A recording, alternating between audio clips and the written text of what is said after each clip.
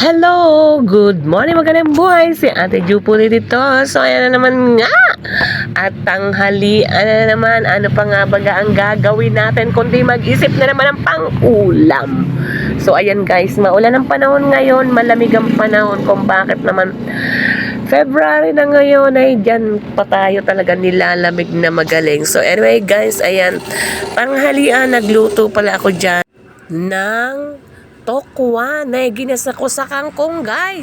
At syempre dahil may gulay, kailangan natin magkaroon ng kapartner yan. At ayan na nga, bumili ako ng dulong. So ayan, tortang tulong at ginisang kangkong na nilagyan ko rin ng tokwa. Pagkatapos iginisa ko rin yan sa oyster sauce. At nakita nyo nga kumain ang aking anak diyan.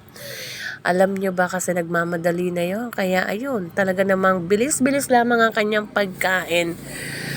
Hindi na naman talaga kami nagkasabay-sabay sa kain guys. Kasi may mga kanya-kanya naman silang pasok. At ayan, kaming dalawa na naman ni Kuya Lito ang nasa harapan ng tanghalian nyo. Huwag na kayong magsawa at i-daily routine na natin ito.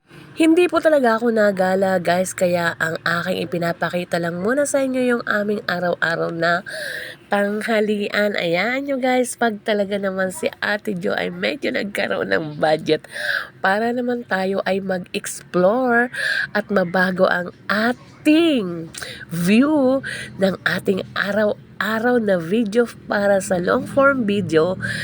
Maggagala po talaga si Ate Jo, but this time around pagbigyan nyo na ang aming araw-araw na pagpo-post ng mga kaganapan namin sa oras ng aming tanghalian. Ayan na lang muna kasi guys ang kaya kong ipakita ngayon.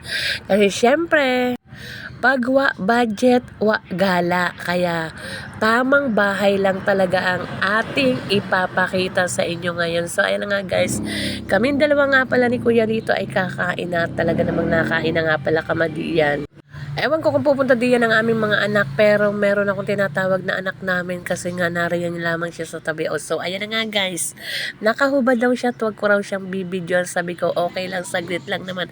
At eto na nga guys, may makakasabay nga pala kaming kumain kasi ang aming bunso ay dumating na galing school. At ayan, sinasabi ko nga sa inyo guys, malapit lamang ang aming bahay sa kalsada.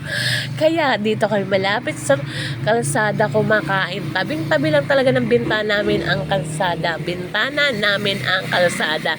Kaya ayan guys, makakasabay namin kumain ng aming bunsong anak na galing sa school. At ayan, after naman niyang kumain diyan guys, mabilis din lang naman niyang kakain kasi araw ngayon ang pagpapaturok niya.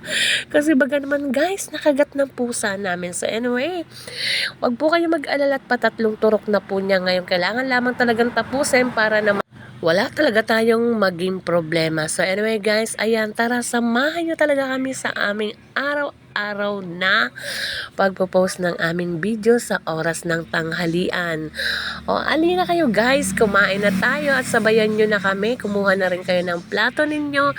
At tara, sabay-sabay tayo magtanghalian. Napakasarap talaga ng aming ulam ngayon guys.